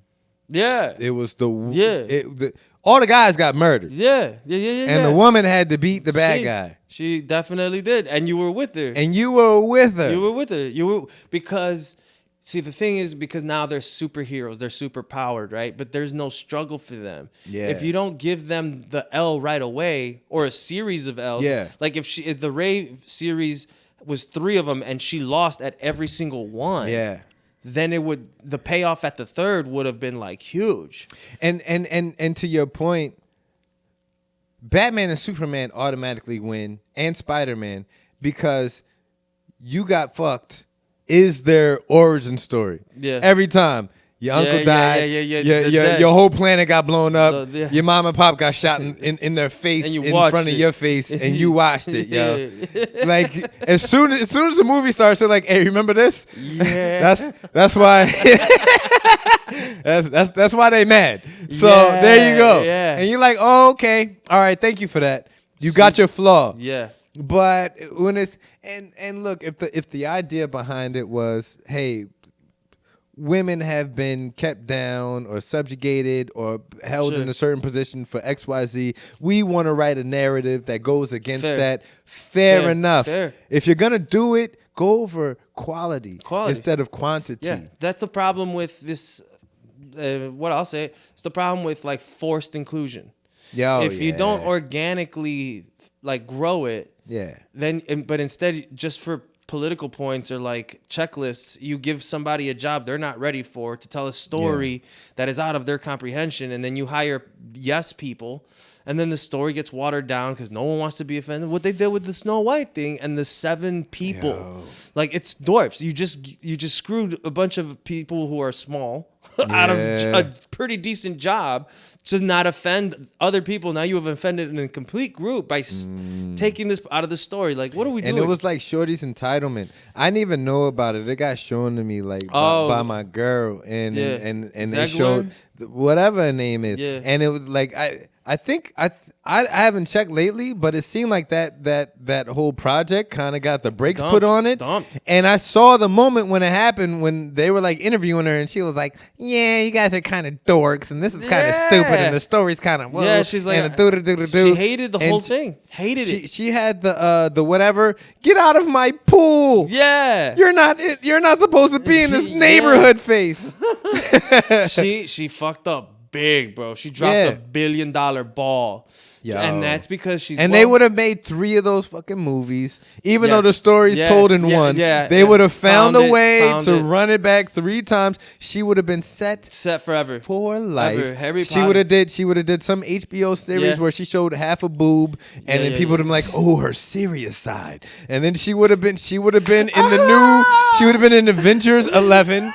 And she would never have had to worry about anything for the rest of her entire life. She had to play along. And then she had one job. And she shit on the people that were gonna watch it. It was peak like transitioning out of like being sensitive and going back into like, come on now. Yeah. And she hit it right in the middle of it. Oh, yeah. And she was the pivot point. She was the pivot point where we could all go be like, this is getting ridiculous. Yeah. Like, not only have you made a movie and completely disregarded people, disadvantaged height people. I don't know what they want to become. Yeah. And then you have this girl going around saying it's creepy to have a guy just follow you. And it's like, it's just like, we might cut him out of the movie. It's a woman empowerment thing. And you're like, you're Snow White, bitch. Yeah. You're Snow White. Shut the fuck up. You're Snow White. You should have checked your tone and your delivery. Yeah. But the problem is, and I go back to like the context of things, and I'm like, all right, she's not necessarily having a bad day, but she's trying to be accepted in this super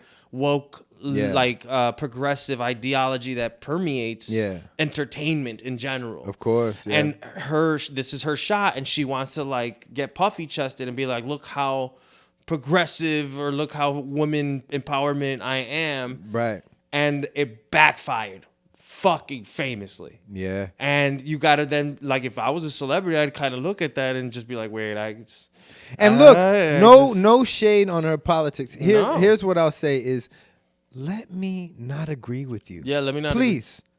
Can I just not have your point of view? Because I don't want to. It's not important. And then let's be fine with that. Yeah. Have your point of view. It's not for me. You know, you drink tea, I drink coffee, but we can be okay. Bro, Jim Carrey did a movie, Superbad. No, not Superbad. The ones with the heroes, and he was the bad guy. I think it was. He played like the fake Captain America. Or something like that. And so the movie's done. And it's about to come out, and then there's like a mass shooting somewhere. I forget. And he decides to protest the use of guns in the movie, which he is a fan of in the movie, this character. And he decides to protest the use of guns by not going to the premiere or promoting it or doing anything for the movie.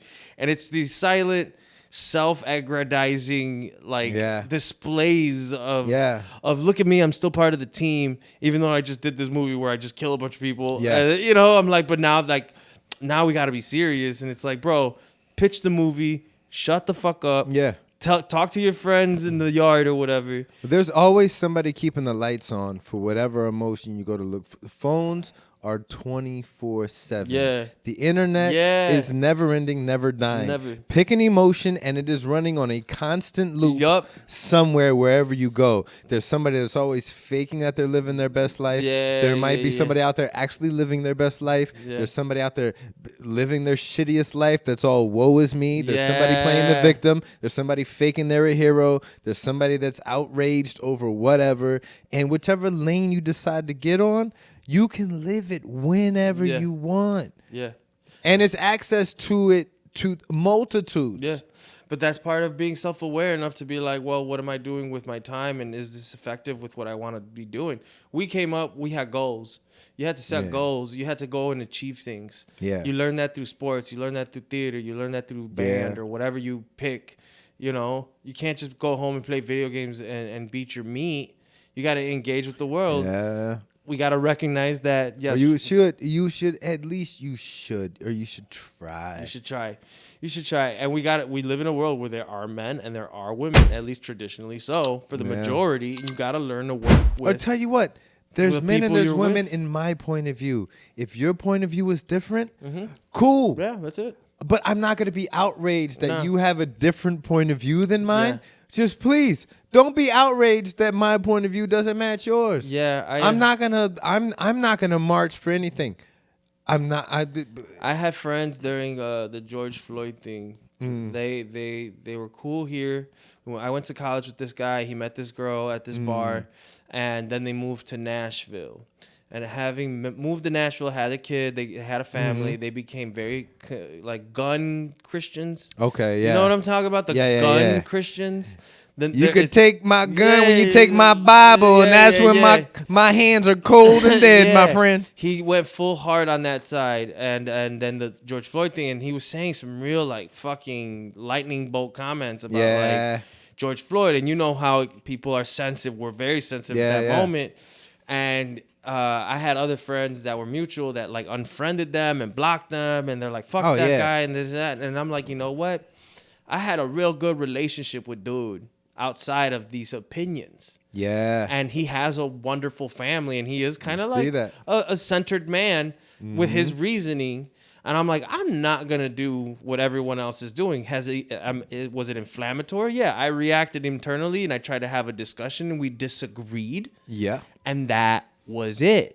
If I go to Nashville, I'll hit him up and be like, yo, come through. I got a show, get you a ticket, whatever. And your personal dialogue probably doesn't change all that much. No, it really does. And if he wants to be like, oh, we're being invaded from the border, I'd be like, yeah, sure, yeah. But there's also very little context in written words. Yeah. Like when you're speaking with somebody in real life, words are like 20% of the communication. But that's what we're losing with these kids, right? Yeah. So you want to communicate, you want to participate in sports. My friend's got a 10-year-old, and she gets him involved in whatever. That motherfucker's been busy since like 5, and he goes to summer camp and he does all these things, and he's in the city, and she's like, I want my son to like be socially adapt for when he goes to college. Yeah. She's like, that's my goal, is to have him socially like aware. Like he's got his video games and Minecraft and blah, blah, blah. But he's doing soccer. He's doing baseball. You know, he's what they call it, touching grass? Yeah, touching grass. And she's keeping him organic. And, you know, he has his friends over for video games. Yeah. And there's a little bit of that. She's like, I need him to read. She was a corporate person. And she's like, there's so much that's said on a person's face when you talk to them that really tells you something. Yeah. But if you don't if all you do is text and you don't practice that interact, especially when you're little, especially when you're a kid. That's when the wires are getting plugged into the sockets. That's why they all think they're autistic. They're not all autistic. You just didn't learn the social language of faces and eyebrow movements. I think what one of the craziest things is that we're sitting. This is the youngest I'll ever be. Yeah, right? Today. And this is that's a great thing. This is for the remainder of the year the sanest this country's gonna be. Yeah. There's an election coming up. Yeah. People that you know, we talk to, we mingle with, we associate with, we work with, we whatever. People that drive around. It's about to be so off the chain. No. Every day that we get closer to election. I don't know, because maybe it's because I'm like 39, about to be 40. We're like 41, right? 43. 43. So like, all right, my friends right now, a large majority of them are switching. They're no longer on the left side of things. They're not Trumpers, but they're like conservatives are kind of sane right now. I don't even know if it really matters. I'm not even talking about who anybody's voting for. I'm talking about the mind state of this country. The closer it gets to voting, when they start running these WWF level campaign, whatchamacalls, when people get on Facebook and Instagram and start flying off with their opinions, and but what I think is there's gonna be less fervor because, like I said, I'm seeing a huge switch. Maybe because we are older and we're all paying more taxes and we own property. I'm hearing things. Yeah, I'm hearing things. We're kind of over it. Right, like I marched, I voted Obama, I did the whole thing, and by now, after 2 economic collapses, after 9/11, after the fucking the inflation and shit, I am just burnt the fuck out. I'm burnt out, and I don't have time to engage with nobody no more. And if I think that the country needs a little bit of a shake up, and I'll vote, RFK, right? Robert F. Kennedy Jr. I'm like, I like it. I don't give a fuck. I like it.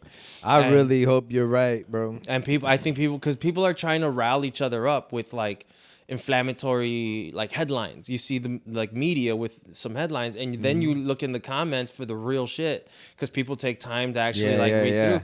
And then I'm starting to build a sense of context around things. So I think I'm less like inflamed by rhetoric at this point. Then I'm just looking at like, what are we doing? What's happening? And I think our generation's at that point because we've lived a life now. We've lived a good chunk. Yeah. And I think maybe the younger people are more loud, but they're being loud about things that they're being quieted on at the same time. It's like, bathrooms or like men can have babies and shit. Yeah. And we're all just like, sure, dude. Sure. But I hope you're right. I don't care. But I hope you're right, but they haven't even started pressing our buttons yet. But the thing is, that's a machine. They know what to do, how to get people fired up. No one's fired up about Biden, right? Like, you're not fired up. But no one's fired up. No one's fired up. But they haven't even started. They haven't started, but they really have. Like, they really kind of have. Trump has. And he's gonna get away with it. The Teflon Don is going to get away with it. It's down to fucking one Supreme Court justice. Oh, for that 300, that 300. The whole thing. He's going to swipe it under the rug. He's going to give the Republicans a win that's going to launch Trump's fucking presidency. Oh, I figured the Vegas odds tipped in his favor when they came out with the mugshot. Yeah. I was like, that's gangster, a wrap. Gangster, I said it on the spot. Gangster. I said, that was the wrong move. Yeah. Because that's going on every T-shirt. That's going to be on a World Star hip hop cover video. Yeah. That's going to be on Woo. And sure as shit, I was in Miami in November. Sure as shit, I went to one of them little Cubano get a T-shirt here. Yeah. Bro, they had... It's a Cuban, nothing but Cubans. Bro, they had like 5 different colorways for the Trump mugshot shirt. Yeah. The Andy Warhol you know? I mean, to be honest, like the progressive left, right? Like the AOC. He came out with gym shoes, this guy. This motherfucker came out with fire ass shoes. like $8,000 because he knows he got a bill to pay. Bro. Yo, they Goldie. Bro, my name's Tito, right? So I see the T in the middle. I'm like, this shit is fire. Can you imagine? He pardoned Kodak Black and Lil Wayne. Yeah. And then for his next campaign, he was like, dun da da da. Got you guys some sneaks. Dog, and I watch a lot of political news, like young black men and young Latin males are going to the right. That's what I'm hearing. We're kind of machistas. You know what I'm saying? We're very masculine, culturally dominant. For sure. And this whole backlash for it, there's some understanding, but then you're like making us out to be like villains, which is a bad move. Yeah. Which is the way they've gone about it so aggressive that you've pushed these young minds over to this other side. Well, masculinity is considered in large circles, I think right now, especially in liberal conversations, is considered toxic. Yeah, I mean they've made it a negative to be masculine and show your aggressiveness and be competitive. Yeah. And listen, look around. This shit isn't fucking mighty nice, right? Like life, society. Which if it's not It's mighty fucking impending, nice. if it's not impinging on your life, if anything anybody's doing is not I think I'm using this word right, but if it's not getting in the way of me living my life, I don't do whatever it is you like, and I respect you, and chef kiss. I'll call you what you want. If we meet and we have a conversation, you say, hey, please refer to me as Icklebod Squirrel Fluffy. I'm going to be like, are you sure? Yeah. All right, is there a story to that? Yeah. You know what? I don't Never even- mind. I don't even We need to might not know. run into each other that often, Do but the for pussy last right time. now, I got you covered, Icky. Yeah. You know, like, but... Don't try, like, I don't try to tell a girl, well, I do. I'd be like, stop being so fucking emotional. Oh, good luck with God, that. just stop it. Good, But it's in their nature, right? It's in our nature to compete. It's in our nature to peck a little. For sure. And it's our nature to, like, bust balls. For sure. And so to, like, be like, that's toxic masculinity. I'm like, it's like, wait. That's just who I am. Yeah. Like, there's parts of me that I do control, and there's parts of me I really can't. Yeah. You know, an exit sign. Fuck yeah, I'm gonna try to jump and touch it. Am I gonna like twist my ankle? Probably. And then mark you. I'm getting older. Like Yeah, I'm middle age right now. Yeah. But there's always some dude that's 27 years old without a care in the world a single that fuck. is growing 2 beards a day. That's ready to just Yeah, let that boy loose. Let that boy loose. Let that boy loose. Put him in a fucking a cop Let him uniform. be- Put him in he'll a fireman He'll uniform.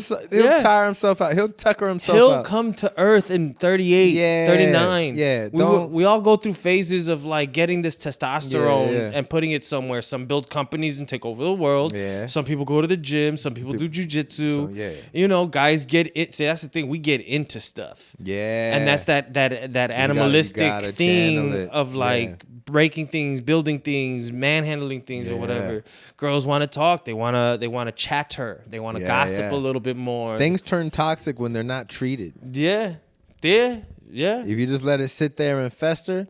Now there's Toxic. there's a part of masculinity that is societal in the sense where you can't be vulnerable, which I think is important to change because listen, I can tell you that I fucked up a lot, but like now I'm learning about how to deal with my oppressed emotions and like my trauma because like I've been affected by things. Yeah. Right. So like I have to deal with the emotional side a little better because the masculine side of me wants to like, "Rah." Yeah. But if I can channel it and understand myself, I'm a better man. I'm empathetic.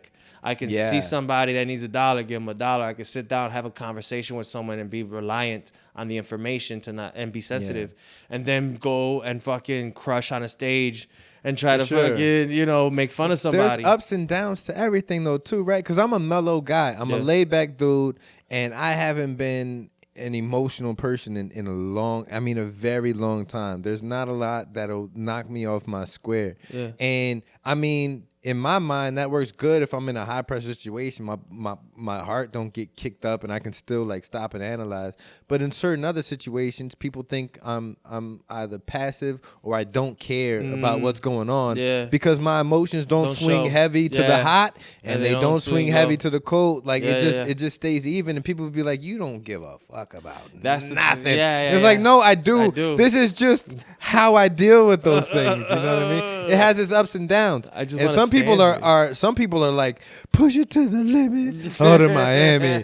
Go to the family. Ain't got nothing to lose. And if they channel that in the right you got John Jones, propelled him to the top of the thing. But when he doesn't have that, when Michael Jordan his body is too old for guess what? He drops a billy on gambling because he has to chase that Something. that The fucking high. brah that took him dragon. to the top. You know what I mean? I mean, we have a different set of mechanisms inside our brain, and we can't don't get drunk and like physically do anything to hurt nobody, right? So it's like before all that, it's like be a man, but like watch yourself in society. You have to learn. That's a lady. Those are old people. Watch your language. Those are children. Don't swear. You know what I'm saying? Like, build the social awareness of it all and act within it and still be your cool self. Yeah, I went on a date with this one chick, and it was in Mexico. And we had to climb this huge walkway that the indigenous people made like hundreds of years ago. It takes like 45 minutes and it's pretty steep. But she wanted to walk it, and I was feeling good, and I was like working out. I was like, I'm gonna sprint up this thing. And and she's like, no, just walk. I was like, I can't. I get like my legs want me to do this thing. Then I'd go up and then we'd hang out and I'd be like, oh, there should be like a competition, like a race, like every year, like a fundraiser, and they have different heats. She's like, oh, not everything has to be a competition. Not everything has to be like challenging. Not everything. And she tried to like minimize that thing inside of me that wanted to do this crazy thing. And she made a mention. She was very hippie. She was very, earth centered, if you will. And all that energy aggressiveness that I was exhibiting while we were on dates, she really didn't like it. She really, but then she loved it. No. She came around. She let that guard down, and I'm like, stop pretending you don't love this shit. I mean, it's the yin and yang of everything. Nothing is nonstop plus. If I'm soft all the time, then when I hold you, you're not gonna respect me. A gorilla beats his chest and breaks a branch off a tree just to remind you. There's a fine line between sensitive and pussy. And there's a fine line between fucking hyper and axe murderer. You know what I mean? You gotta see. We gotta understand each other. And these young cats aren't in relationships. They're not fucking. They're not having sex. The young girls are dating older guys. Because we will take them out and entertain them and do all that jazz, because their counterparts are just jerking off playing video games.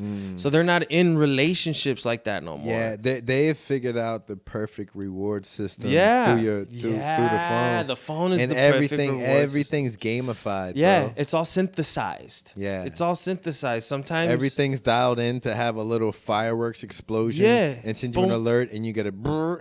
Like I'm not even. I shit you not. My phone's on vibrate right now. I'm getting alerts. I got my stupid little Fitbit on. It's getting alerts. And I'm like, stay present in this conversation. Your phone and whatever notification for whatever happening is gonna be there when this conversation's done. But if I'm 20 years younger, it's checking conversation be damned. I'm be I mean, I've gone on dates, and if old girl pulls phone out and starts checking it, I gotta check them right away. I gotta check them right away. I think I do it sometimes, but not as much as on the dates that I've been on. I'd be like, come on, man, come on, and it's the society we've built. It's the dopamine, the immediate gratification, the id, the me, and that's the difference between like us and like China. China is their I call them an anthill because they work as a team. They don't care about the individual. That didn't exist until 20 years ago. So societally wise, these motherfuckers are just a team, a horde of a team. But that, man, I love our inherent quote unquote freedoms. They're dope. At the very least, the freedom of speech. The freedom of speech is which dope. I mean, right now it's getting policed by ourselves. Yeah, that's the thing, is that's what's making people switch sides, at least their thought process, because one side is not allowing the other side to talk. And you're like, wait, I thought people on the left were the free speech people. And then you see like videos of college kids like pulling fire alarms on people like Jordan Peterson, which isn't a controversial figure at all. And you're like, wait a minute, you're not letting the guy talk, and then you listen to him and you're like, he's not saying anything. Not saying anything anywhere near you're just being an asshole. Well, I mean, there's whatever book or magazine article you want to read, but that dude George Orwell, he did 1984. He did Animal Farm. But even in Animal Farm, like at a certain point, the bullied can become the bullies. Like they had the pigs in Animal Farm, and then the pigs thing was, hey, we're all equal. Like, they started Marxism or whatever on the farm after they kicked out the farmer. And they said, hey, we're all equal. We're all going to do our equal part. The horse, you go do the farming because you got a strong back. You guys over there, go do that. You guys over there, do that. The pigs, we're going to, like, take be in the house and start taking care of the things in the house. And here's our rules: no clothes, no man-made food, no. And remember, guys, everybody's equal. And then a few chapters in, the pigs are wearing human clothes, sleeping in human beds, and their message changed to everybody's equal, but the pigs are just a little more equal than everybody else. But they started off farm animals. Yeah. They started off getting shitted on like Yeah. everybody else. And then they led the revolution, that kicked the farmer off. Now we all had this land and we're all going to be equal. And they were a part of the bullied culture. Yeah, it's the And then Soviet Union. Power corrupts. Absolute That's the power Soviet corrupts Union right absolutely. there. And then next thing you know, the bullied becomes the bully. Mm-hmm. And now what's the issue? Now the horse is getting shipped off to a glue farm. Yeah. Because the pigs want an air conditioner. Yeah. Yeah, I mean, there's this rat study that they did. I forget the name of it. I should figure it out. But like, this guy made this world for these rats, and he figured out exactly how much food, how much water, how much burrow home, how much land for these rats to live in a utopia. And then he tracked it for like a year, generation after generation. Yeah. And the population crashed. There was a lot of infertility. There was a lot of male on male coddling relationships. The females made their own circle. They would kill babies. They would kill it became a disaster. It's a horrific experiment. He was actually lambasted for his ethics, apparently. But he's like, bro, if you give these rats who are similar to us in like DNA and this and that, and he's like, and you give them everything they need, that society fucking collapses quickly. That's exactly what they said in the Matrix. Quickly. And so you need the challenges. How do we meet the challenges? We need to be aggressive. We need to have a certain competitive edge. You remove competition in communist countries, it gets bland. Creativity dies. That's the problem. That's the problem Chinese are having, is they don't really create things. They copy things. They're not the idea people because there's so much of an anthill. It's like I can only and you can't think differently from the anthill or you die. And not necessarily the people, but from the outside appearance, the structure of their government, the CCP, and that the government basically owns any intellectual property. Yeah. Hey, what did you just make? Oh, that's fantastic. Thank you. The CEO, former CEO of Alibaba, I want to say I forget his name, but I want to something. Yeah. Jamal, pull that shit up. Jamal's my computer guy. Jamal, pull that shit up on the screen. I want to say he's doing something goofy now. He's teaching like girls volleyball or something like that. They fucked with him hard. Woo! At least he's still alive. Something Ma. Yeah. So he was giving a speech. And he was talking about the government in a way, basically interfering with business. And did Xi Jinping like that? Nope. Nope. They pulled investment. He lost 30% of the value in a few months. He had to fire 10,000 people. And then he disappeared. And then he came back, kind of apologized, and that hasn't been on television, doesn't do interviews. They fucked with him. They showed him the cards. Who's holding the fucking aces? And so, all right, you remove that masculine energy from society. You say you can't go above us. And right now there's a certain feminine energy that wants to be in charge. Be like, fine. They're like, yeah, but you can't be aggressive. You can't be competitive. Be like, well, that's how society keeps moving. If the government, and I mean, look, I said it once, I'll say it again. Even if you don't like America's politics or its governance or the country, you can disagree. I would absolutely say it's the best bad system out there. Yeah, no, I've been to multiple countries. I've lived in multiple countries. The U.S. is pretty fucking solid. It's pretty fucking solid. Pretty solid. There's quite a number of people who've like gone with like Western democracy. Now, will it crumble eventually? Yeah. As far as history and life, Sure. life says, Sure. Eventually this will give Yeah. way to the next thing, Mm-hmm. and I hope the next thing's gonna be better. Chances are I'm not gonna be around to see it. No. But for right now, best bad system there is out Yeah, there. I like it. And but if your government is and mark you, there's setbacks, there's bad things, there's wrongful government, there's corruption, there's There's all of it. absolute corruption, There's all there's of it. systemic issues, Yeah. left and right. Yeah. But if your government wholeheartedly is like, who you puffing your chest at? Yeah. Hey, take that bass out your voice. Yeah. If you're to the most extreme level, you take it up to Kim Jong Un's Yeah. part of town. You seen them space photos? When it's nighttime in North Korea, it's nighttime. It's nighttime. Go night. Night, bro. Yo, I better not hear no fucking noise coming out that room. Get under them covers before I come out here and The whole country. put leather to ass. The whole country. Yo, they get little Boyd up there. Yeah. I mean, it's not a good place to be. At the end of the day, They don't fuck around. at the end of the day, the people here are a little bit like lucky and coddled. Like, and that's why you get to complain. and then you get to complain. I'm like, isn't it nice that you get to complain and you get to march and We're then you all- get to say we're how all- you feel? We're all Prince Joffrey or whatever. Yeah. We're all the little rich kid from Game of Thrones. Yeah, you just act like a spaz. I have a friend.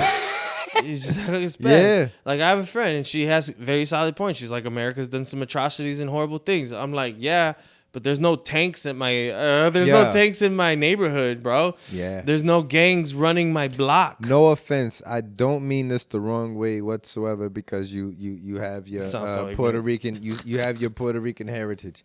I was went out to Wanaka a couple years ago, like year and a half, 2 years ago, and that's on the southern part of Puerto Rico, right? And we're out at whatever part of town, and off in the beautiful, by the way, all of Puerto Rico, but this particular part of it's beautiful. And I'm on the side of a road. There's like strip malls and food stores and everything behind me. And off in the distance with my gal, we're looking off in the distance, about 2, 3, 4 miles off in the distance, in between some trees, foliage, and it's a hill, borderline shortest mountain you've ever seen. It's either the tallest hill you've ever seen or the shortest mountain you've ever seen. And built on that might have been at least 97,000 aluminum foil fucking houses, bro. Yeah. And I'm like, wow. Yeah. You know? Yeah.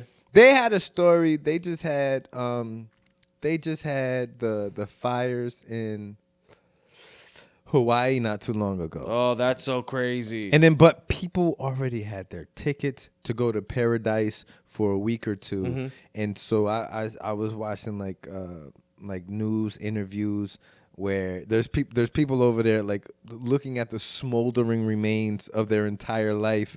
Meanwhile, Pat, Nancy, and their kid Drew are splashing in the water over there. Yeah. Not a care in Nothing. the No fucking. Yeah. That doesn't affect us. Like at any point in affect time, us. somebody is you're 5 feet away Yeah. from somebody having the worst day of their life and somebody having the best day of their We life. do have problems. If you live in Missouri, if you live in Western Kentucky, or not Western Kentucky, West Virginia, right? There's places Flint, that are Michigan, that's- St. Louis, Detroit, Detroit. all of it.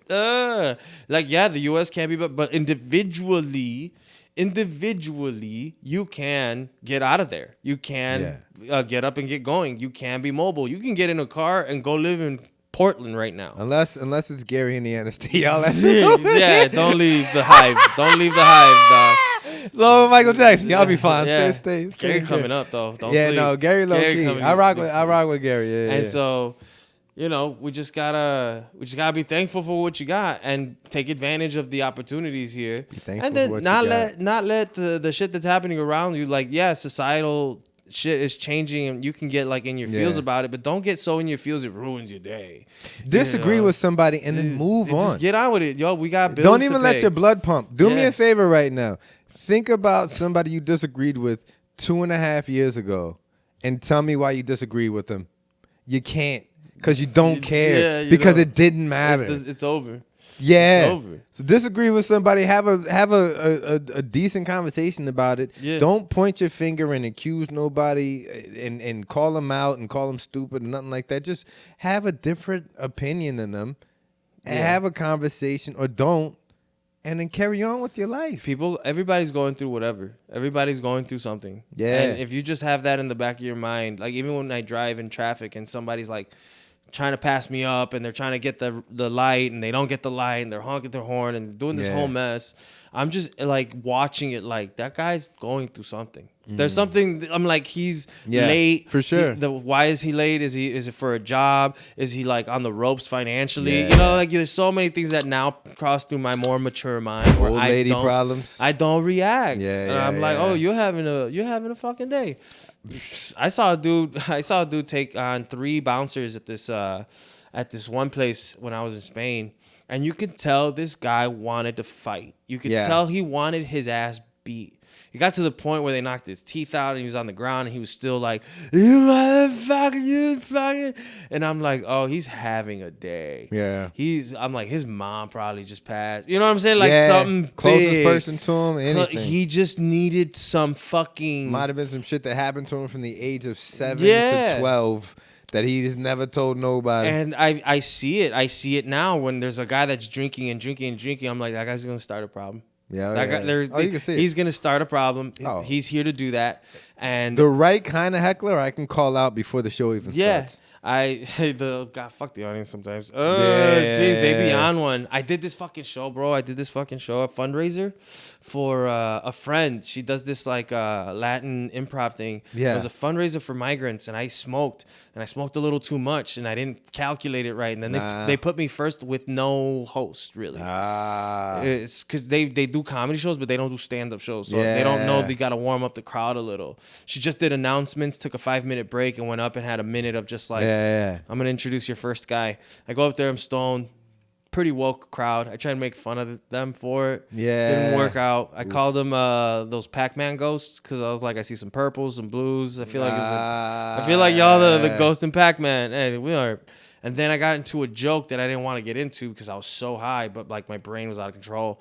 It's a joke where I end up in the joke. The punchline is I say, "Shut up, bitch," and then I hit her in the face. Mm-hmm. It's a joke about a conversation I'm having with a girl about my vulnerability. And how I'm so uncomfortable with it. Instead of saying the true thing, I just hit her in the face, and then the joke is like, "Nah, I'm just kidding. I just cry in the corner."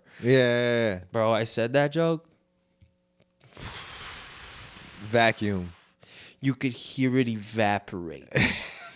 You could hear the good rapport I had for the 2 minutes dissipate into the fucking walls. And then they gave me 10. I had to do 15 because there was no way I was getting off that stage with that feeling.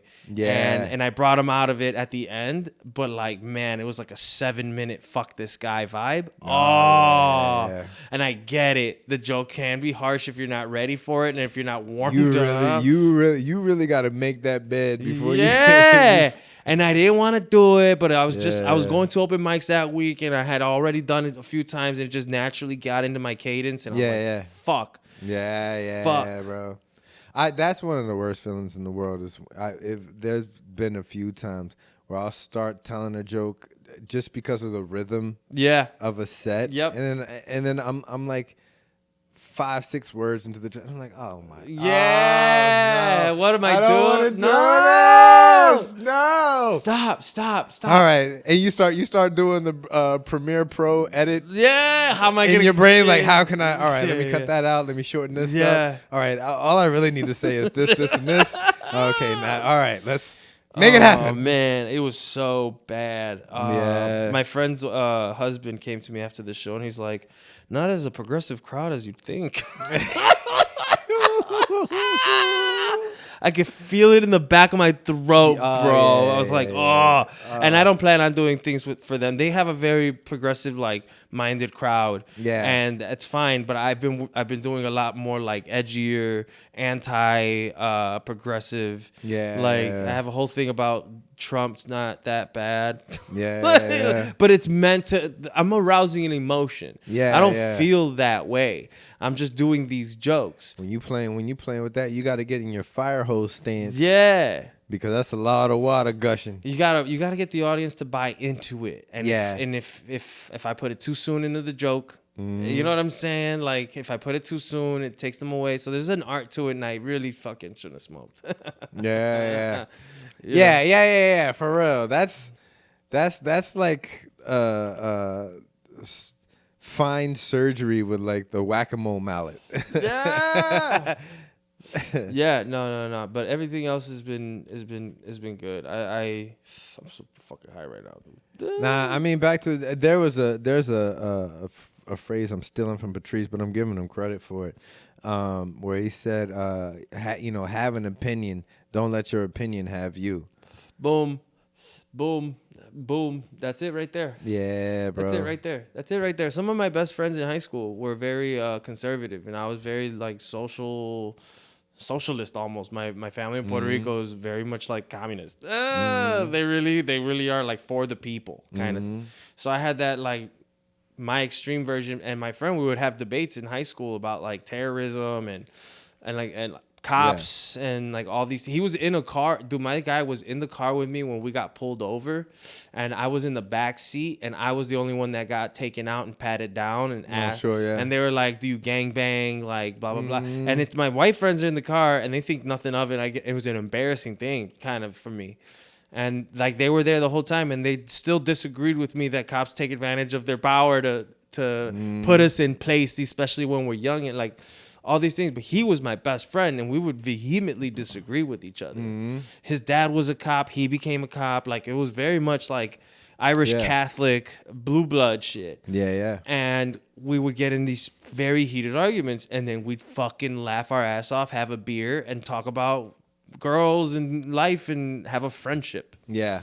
You know, you gotta get to that. You gotta be cool with people who don't agree with you, because they're cool people, bro. They're cool. Most of the people you agree with, most of the people you're cool with, you don't agree on so many things. You just haven't really probably gotten there. Or if you're lucky, it's somebody you found that you can peacefully disagree with. Yeah, I don't mind disagreeing with people. Nah, I think you can. But if you're like if you're somebody that allows your emotions to override your point of view, which is not to say passion. Passion's different. If you're passionate about, I just had an episode. I'm about to put it out right now. Kyrie the Comic, shout out Kyrie the Comic and Catherine Gongaware, they were on, and we were talking about topic, and we got into passionate. That sounds crazy, but like we started getting worked up over the conversation we were having over certain topics, man. Mainly like gun control and things of that nature, and we did not agree on a lot of things, and it got to like vein in your neck popping like level, but it was on a gentleman's platform. You know what I mean? Yeah. A gentleman's platform. Like you could just, at least for me, like there was no like get your threat level up. Yeah. This could go into a different direction. It was like, all right, I'm disagreeing with your point of view right now, vice versa, and because of the topic and the subject matter, like my blood's pumping. Yeah. But we're not crossing. We're not even drawing the line in the sand to cross. It's just hey, this is how I see it. This is how you see it. And I appreciated that so much. Yeah. No, I get it. Like, if you give me facts, if you give me stats, and your stats help support your point, but there are other stats and there's other points to be made, but you're drawing your line on those points, and I'm drawing the line on my points, and at least I could see you have your points. However, these are also points. You're willing or not willing to acknowledge mine. That's fine. But at least we understand that we're on the same understanding of each other, and we don't have to agree. Like, like the Shmushmortians. Shmushmortians. Like, I could sit here and disagree with people vehemently, but I could also be like, it's fine. You can feel however you want. You can feel however you want. That doesn't move good me. On you. That doesn't move me. You're not moving me to agree with you. Maybe sympathize with people, maybe have a better understanding of the hardships of certain. Yeah. Okay, but I still ultimately say XYZ about the subject. Exactly. You know, and I have these conversations with like Christians. You know, Yeah. you can't prove God is real. You can't prove God isn't real. You know, and I'm like, okay, that's your point, my point. You know, Yeah. what are you eating for dinner? That's a part of life that I enjoy, man. Talking to people that see things a different way. I also enjoy talking to my brethren. Man, let the people know where they can find you. What You got find me going? at Tito's Tales, Tito's _Tales, TALES on Instagram. You're also burning up the scene in a very. I like to do things. Yeah, I'm not really booked right now, but if you guys would like to see me, I mean, you're on a whole different side of comedy, bro. Yeah. I mean, you do the stand up, but you're also out there turning that rotisserie. Roasting, baby. Let's go. I haven't done a roast in a minute. Yeah. But I'm pretty hyped about it. Though the roast battle tournament, I don't know when it's gonna come out, but if you guys are in Chicago, you should check it out. The first night was crazy. Oh, okay. Crazy. Yeah, Crazy. yeah. Crazy upsets. It was this one Japanese chick's first time versus this guy Matthew Mitchell. And he was like my bracket. He's like my Kentucky. Yeah. You know, he's like my Kentucky. I'm like, this guy's Yeah. going to the finals, at least Final Four. And murked him? the Fujiko with her cute little like Yeah. broken English, murdered. I can see it. She probably had like tags. The that were crowd was loving her. Like, oof. She had a micro penis joke that just fucking nailed. He had great jokes. We were laughing, but for some reason her charm. I'm like, dude, a star is born. Oh, I'm like, a star is born. So if you guys want, these matches are great. And then when we get into the finals, I might do a panel set, or I'll do a battle versus someone for like an exhibition. yeah, hell yeah. You know, but yeah, check me out on Instagram at Tito's Tales. This has been fucking awesome, man. Yeah, hell yeah. I mean, you're going to keep coming back. You see where the studio at. Yo, this is fire. So for me, man, look, I've recorded every episode in my slides. yeah. Hell yeah, bro. That's fucking good. But yeah, Mike Knight comedy on all the things. It's been the Real Rap Podcast. Tune in, man. I keep bringing y'all fire. Holla fire. So tune in. Please like, share, subscribe, man. Love each and every one of y'all. Keep coming back. Thank you so much for supporting the channel. It's been Real Rap Podcast. Peace. Bye. Hell yeah.